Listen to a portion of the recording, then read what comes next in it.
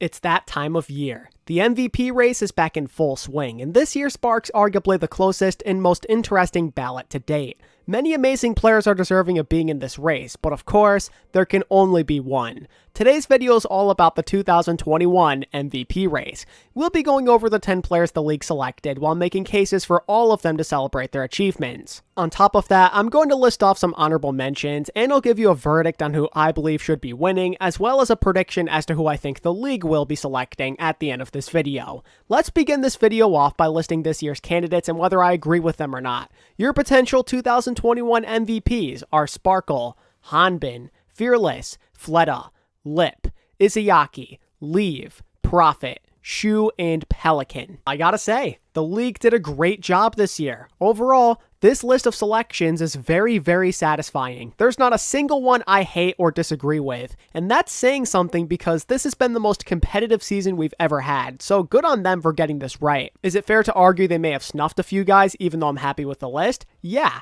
Of course. Honestly, there's a bunch of guys that I think deserve at least a little bit of a shout out, even if you don't quite think they deserve to make the list. I could be here all day talking about all of these guys and just praising them and going really into detail and everything, but we just don't have the time. So in that case, I'm going to list off guys by name so we can keep things moving forward. So, some other guys who I think maybe deserved a shout out at the very least were Void, Fielder, Iris, Fitz, Dante, Alarm, Shy, Flora, Decay, and Khan, or maybe even Naga. I think all of those guys deserve some sort of shout out for the jobs they did for their teams this year. Void, Iris, and Fielder are probably the three guys from this list that I would make a strong argument for to possibly make the list because I all thought they had very underrated seasons, but again, I'm not going to scream and complain or anything like that because they didn't make it. Again, let it be known, I am very satisfied with the list that we got. Now that we're done with honorable mentions who I'd consider adding to the list, let's make an argument for every guy who's actually in the running this year. And how about we start things off with the rookie sensation himself, Pelican.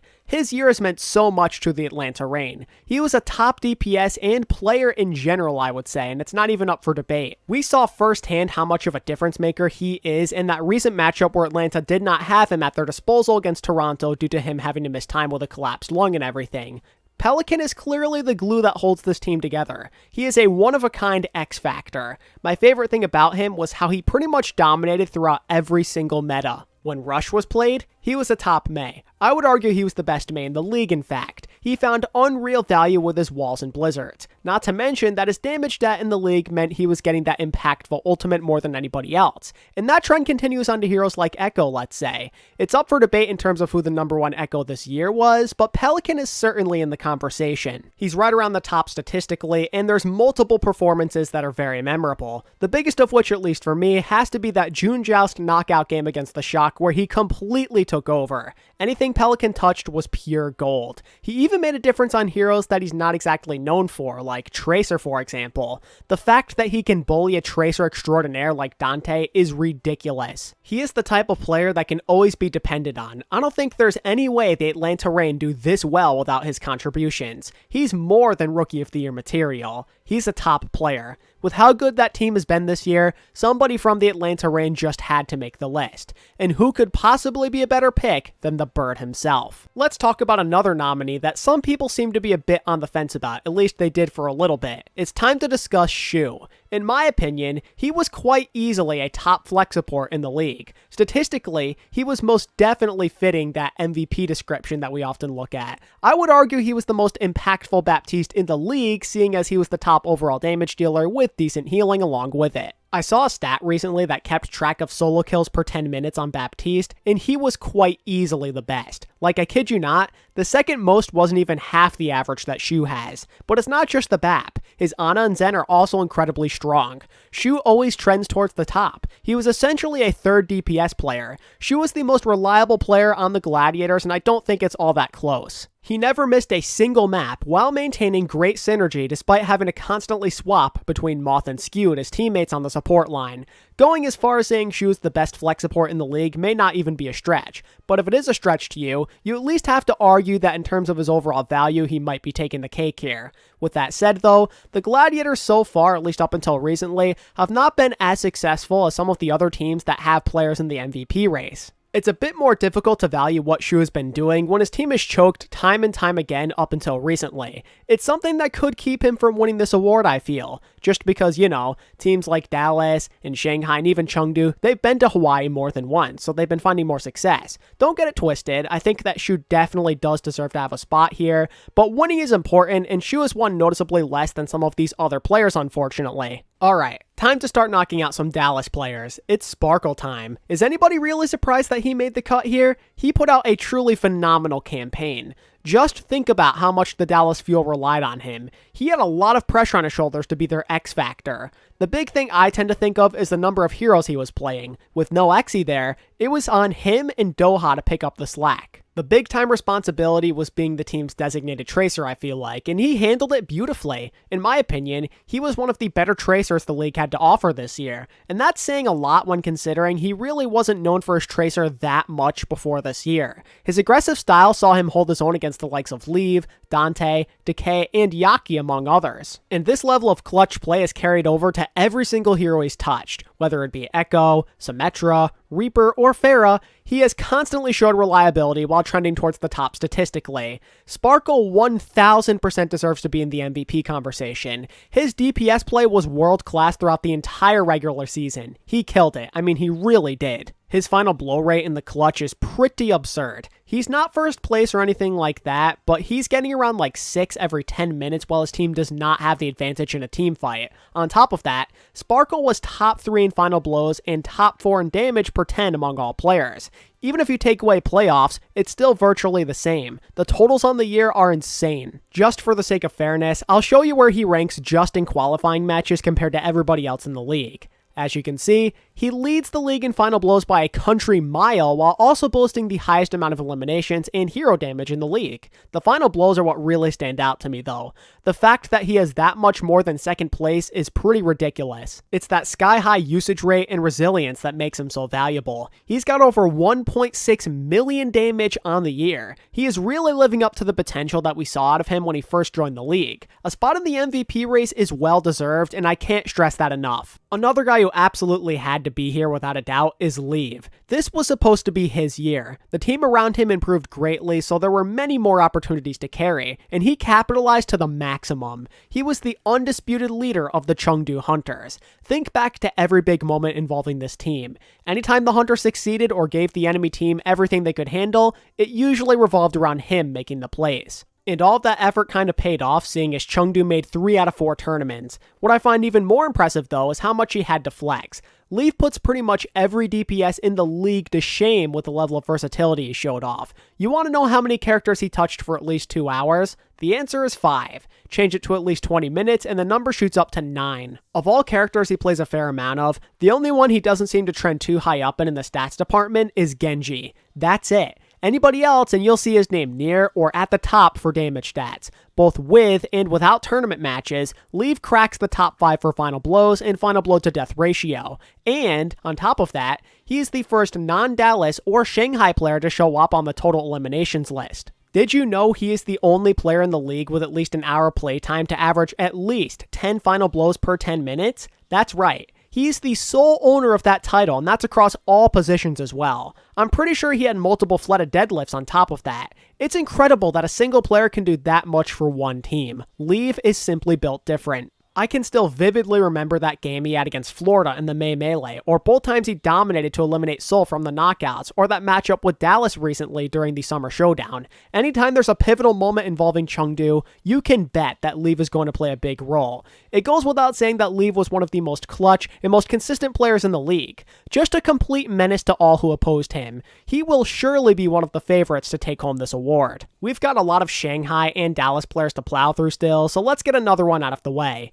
How are we feeling about Hanbin making the top 10? I for one think it's well deserved. The dynamic of him and Fearless was something else. While the likes of Fearless, Sparkle, and even Fielder were getting a ton of praise publicly, Hanbin more so slipped under the radar. But the thing is, I have no idea why. Maybe it's because there's so many good players on that one team, but in my eyes, Hanbin was still a standout player. There is not a single off-tank in North America that I am taking over him. He was a top 3 tank player in the league right alongside fellow MVP nominee Fearless and Void in my opinion. He basically is having the kind of year that Void did in 2020, and all of my longtime viewers out there know how I feel about that kind of year. When your death rate is so ridiculously low, but you're also leading your position at damage categories, it's safe to say that you're doing something right.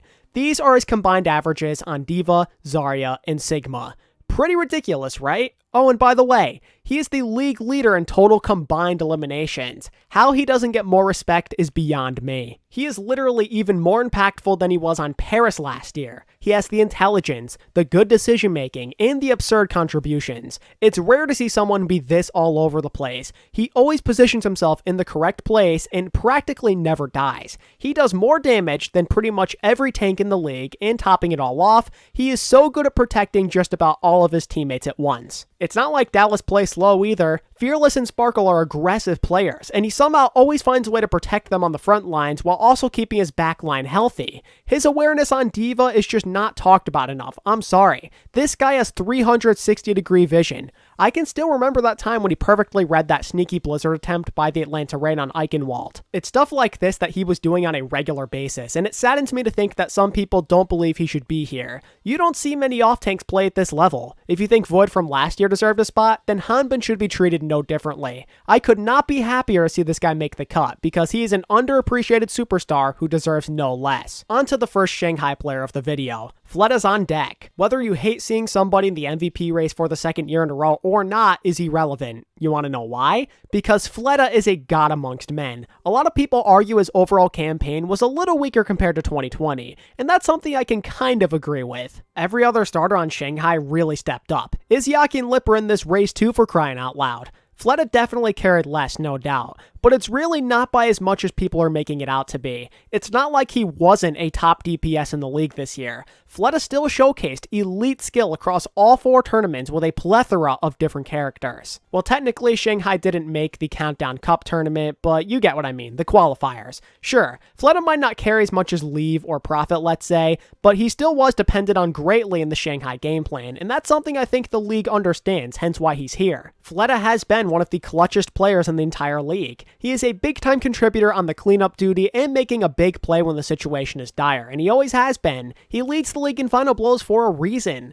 In the tournament Shanghai has won, Fletta has been all over it. It's like he enters a zone that nobody else can see. It reminds me of many of the other all-time greats before him. There's been a certain magic to him in these tournament matches. The June Joust and Summer Showdown finals in particular are great examples of this. He got player of the game both times for a reason. When you constantly take over the high-pressure games that matter the most, you're automatically one of the most valuable players in the league. Combine that with his overall consistency and fantastic stats, and you have a very worthy MVP nominee. If you don't think Fletta deserves to win this award over some of the other DPS in the running, that's totally fine. I would probably agree with you for that matter. However, one thing I simply will not stand for is people saying that Fletta should not be here. Trust me, I tried to convince myself that somebody else was more worthy to make it. I don't like seeing the same people just as much as you do, but I just couldn't do it. The accomplishments, the stats, they don't lie. Does this mean I believe he will be the favorite to win? Not necessarily. Do I think he has a chance? Absolutely. There's a lot of other guys on this list getting a ton of hype though. If Fletta won MVP yet again, that would be very impressive. I guess it's only a matter of time until we find out though, huh? Let's keep the Shanghai love going, shall we? Izayaki is another guy who got a lot of attention from casters and the league overall. I remember Avril in particular really praising him, and rightfully so I'd like to add. Izayaki took a noticeable jump compared to 2020. Back then, many saw him as arguably the weakest link or the guy who got overrated because he was on a good team. It's safe to say that trend has died out since though. I have nothing but good things to say about him. His improvement is extraordinary. His positioning and overall intangibles have come a long way. It's like watching a totally different player. That potential that Coach Moon saw all the way back in 2018 is coming out in full swing. He is now one of the most dangerous support players in the game and has often been labeled as a top support player. His stats on all flex support heroes are impressive to say the least. The thing I love to see is the improved death rate. He's getting smarter. He's making those same high-impact plays, but he's putting himself in harm's way a lot less. He's making the correct choices. He's staying aggressive, but in that high-value, intelligent way you've seen from flex support gods of years past. I would argue he's been even better with that than Shu. Shu is arguably the strongest playmaker at the flex support position right now, but he definitely pays for it a bit more. Izayaki is kind of similar to Iris. He usually makes a big play or gets a big pick in meaningful situations. There's a ton of insanely skilled flex supports out there, but not many can pull off what Izayaki has been doing. It's one thing to be a good support or be mechanically skilled, but it's completely different when you can do both things consistently, show excellent IQ, and find huge amounts of success all at the same time. You don't see that every day. Most teams who dominate or have a crazy playoff run have that going for themselves. Think about Violet, Alarm, Twilight, or even Creative when Seoul went on their hot streak playoff run last year. Each and every one of them had been at the forefront of their team's success. They are constantly doing something to affect the game. All of those guys I just named either went deep in the playoffs or won a championship. Izayaki has become that type of player, an X factor if you will. Top flex support play is one of the most meaningful aspects of a championship level team. It might not always look like it from the eye test because he plays with Fleta and Lip, but the stats back it up. Don't sleep on Izayaki. He's more than worthy of getting nominated. Due to popularity, it may be a little tough for him to come out on top though. That's one argument that certainly hurts him in the voting process. When fans and even people involved with the league take a look at the list of players, Izayaki most likely will not be the first guy who stands out, or even the second. When people think of most valuable, they think of the guys who are always flashy and standing out and showing up in the kill feed. Look at years past for God's sake. That's how it has gone every single year. While I'd love for Izayaki to get a ton of votes, I fear that popularity could affect his odds. Another guy who may not get enough love who made the list is Prophet. First off, I am pleased that a Seoul player made the cut. As one of the most consistent teams in the league who boasted a top 3 record, some representation was probably deserved, and I can't think of a better person to pick than the 4-year veteran himself. In my opinion, this is the strongest campaign Prophet has put out since year 1. There also weren't any clear signs of struggles on specific heroes. In the past, he wasn't the best Echo, and characters like Reaper and Mei were kind of lackluster at times as well in my opinion. But not this year. It was a true masterclass performance. He is the second non-Dallas and Shanghai DPS player to appear in the total Final Blows list. It's kind of ridiculous that he's this close to some of the guys despite playing significantly less hours. Keep in mind this is including all matches as well. Take out all stage playoff games and look what happens. Prophet skyrockets to 3rd place. It goes to show you that he'd likely be at the top total-wise if Seoul made the stage playoffs more than once. The one thing I will admit with Prophet though is the stats don't jump out at you like crazy in most places. In fact, outside of Final Blows, his totals and averages are only in the decent territory. While I do think this could count against him at least a tiny bit, I can't entirely blame him. A lot of people make the mistake of assuming Prophet is strictly this individualistic type of player because of the heroics we've seen throughout the years, but the fact of the matter is, he is a lot more team-oriented than you might think. It's part of the reason his kill participation still remains so good. It's the same as Fleta, really. They share a similar style of play, and people do not realize it. In places like Final Blows and eliminations per 10 minutes, the two are very, very comparable. For example, they do their thing on Tracer, but aren't nearly as aggressive as some of the other players in the league are. While they do make openings themselves, they prefer to clean things up with good decision making. You'll find this trend consistently across pretty much all of their similar heroes too. Whether it be like Reaper, Echo, or Mei, they're pretty much always comparable really in the stats department at least. Seoul take a moderate number of team fights. They aren't as aggressive as some of these other teams, so that plays a factor into this too. Even through all of that, Prophet was still a standout player, and it definitely has to do with watching him play more than anything else. Forget the stats, I know I'm a big time stats guy around here, but they don't tell the whole story with Prophet. Throughout all of Seoul's victories and close losses, Prophet is the guy you see getting the kills more than anybody else on his team. I don't know if there was a single time aside from the Shanghai matches where I'd consider him a non-factor. Always showing up is good value. Those are the guys who end up in these types of award races no matter what sport we're talking about. I see no reason at all why Prophet shouldn't be getting a shout out at the very least. Speaking of showing up, how about Lip? If he wasn't on here, there was going to be a problem. Lip was an absolute warrior. This man showcased true brilliance. I thought it would be impossible for him to show this much improvement since he plays on such a stacked team with so many superstars, but I was wrong. Very, very wrong. Lip somehow managed to trump his rookie year. Think about it like this. A lot of people already thought he was MVP level last year, so the fact that he can elevate his play to a completely different level is absurd. If you don't count Striker, who retired mid-season, Lip led the league in damage per 10. On top of that, he joins his teammate Fleta as one of only 6 players with at least 1,000 final blows, 3,000 eliminations, and 1 million player damage. If you want to talk about somebody who was always ready for prime time, it's Lip. Domination in the qualifying matches is cool and all, but it's entirely different when you're doing it in pretty much every single tournament match. In the most meaningful games of the year, Lip usually played out of his mind. I keep thinking back to the finals matches with Dallas, when he'd keep his team in the game all by himself at times. Think back to the absurd plays he was making on Tracer against fellow MVP nominees Sparkle, Fearless, and Hanbin. Or what about the dominance he showed on Reaper when his team made that comeback down 3-1? He basically sealed the deal on his own during that final team fight of the series. It's like his sole purpose in life is to just be a clutch player. It's been a while since I've seen somebody rise up to the occasion this many times in one year. It's how he was playing that really deserves the praise, though. He showed off better versatility for his team this year. Whether it was his fault or not, back in 2020, he was often looked at as a Sombra specialist. That was the role the Dragons had him on more often than not. While he was dominant on that hero, he couldn't always showcase his true potential because of it. If any of us still thought Lip was a Sombra one-trick heading into this year, we definitely can't anymore after what he pulled off in 2021. The dependable and versatile boxes get a big old check mark. I talked about his Tracer and Reaper, but he was also top tier on McCree, Ashe, Widow, and Sombra as well, arguably. Yes, even though he played so many more heroes this year, he was still arguably the number 1 Sombra in the league. Despite the whiffs that did happen at times, he still charged up those EMPs significantly faster than anybody else. But the top stats don't stop coming.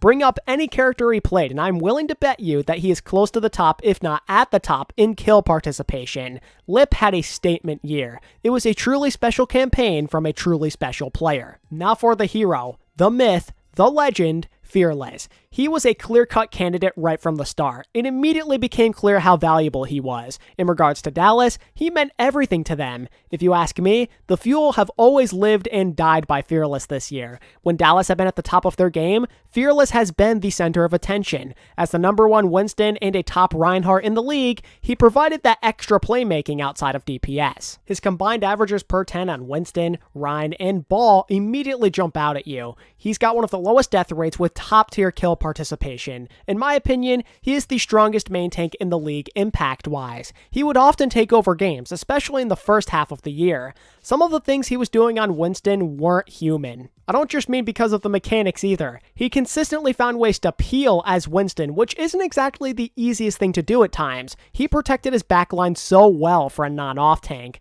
Think about how much Dallas revolved their game plan around the play of Fearless. Rather than focusing on the big-time superstar DPS or even supports, Dallas chose to put a ton of their resources into Fearless. As seen by their pure dominance on the Winston-Moira rush comp during the June Joust, it was a very effective strategy. The first few months of the season saw Fearless receive the same kind of value and attention that Fissure used to get back in Season 1. Considering that he too was in the MVP race back in the day, it makes sense to have Fearless on this list. While I do think his value has decreased a little bit in the second half of the year, it's clear that Dallas are still very dependent on him. They feel at their most comfortable when they get Fearless going. The whole team plays better. Anytime Fearless got full-on countered this year, Dallas usually suffered the consequences. They have other playmakers to pick up the slack, but Fearless I feel like was their main guy. And while this other thing doesn't have to do with Dallas, Fearless is definitely valuable from a league standpoint due to his amazing story. To go from the 0-40 Dragons to grinding contenders to the most valuable main tank in the league is a feel-good story to say the least. It is these exact types of storylines that get people more invested in the league. Fearless is valuable to his team, the fans, and the league. But is he still the favorite to win for me like during the halfway mark of the year? Well, I'm not too sure anymore. While I'd love to see him take it home, it's undeniable that the increased play of Wrecking Ball has decreased his value. While I'm not a terrible Wrecking Ball player, that same impact on Reinhardt and Winston that we saw was simply not present. His teammates can't seem to play as well around it either. It's just not the same, and it reflects in Dallas showing worse results in the second half of the year. This blemish might be the exact thing that keeps him from winning, sadly. But regardless, him being here does make sense, and I'm glad the league did not mess it up. And those are my thoughts on all of the nominees and some of the cases you can make for them. Now let's get into the results. Who do I think should win the 2021 Most Valuable Player? After a week of consideration, I have decided to give my vote to, drumroll please, Lip. That's right. The guy who once put Lip as an A-tier player last year is now calling him the MVP of the league. In my opinion, Lip had the most dominant year out of any player. He's got the stats and the memorable carry moments. He has the achievements and the consistency across multiple metas while utilizing a handful of different heroes. He dominated more than his teammates and just as much, if not more, than the other guys in this race. The more I looked into it, the more I realized that Lip has to win this. He gets my recognition and respect for what it's worth. And for those curious, my runner-ups are Leave and Fearless, who I also was very close to voting for. But who do I think the league will choose? My prediction is Leave, but I also wouldn't be surprised if they went with Fearless, Fleta, or Lip. So why Leave exactly? Well, I kind of feel like the league and the fans alike have been hyping him up a ton, and Chengdu are peaking at the perfect time. He's been a true living highlight reel who has the flexibility and success to back up his value. Maybe I'm wrong here, but that's what my gut feeling is telling me. On that note, my thoughts on the MVP race comes to a close. This was a fun discussion. As I mentioned earlier in the video, I love who the league selected this year, and with how competitive things have been overall, this could be the closest and most difficult race we've ever had. I'm super pumped to see who comes out on top. If you haven't already voted, I recommend you do so before it's too late. Head on over to the Overwatch League website today or vote on Twitter. Fan votes do count for 25% of the tally, so although it's probably a small difference, it technically still could be a difference maker that decides the winner of this race. If you guys enjoyed today's video, it would mean a lot to me if you could give this video a like and subscribe if you're new around here. And feel free to let me know who you think should win the MVP award, as well as any potential snuffs down in the comments below. And as always, thank you all so much for watching. I really do appreciate your support, and until next time, this is ATP, signing out. Peace.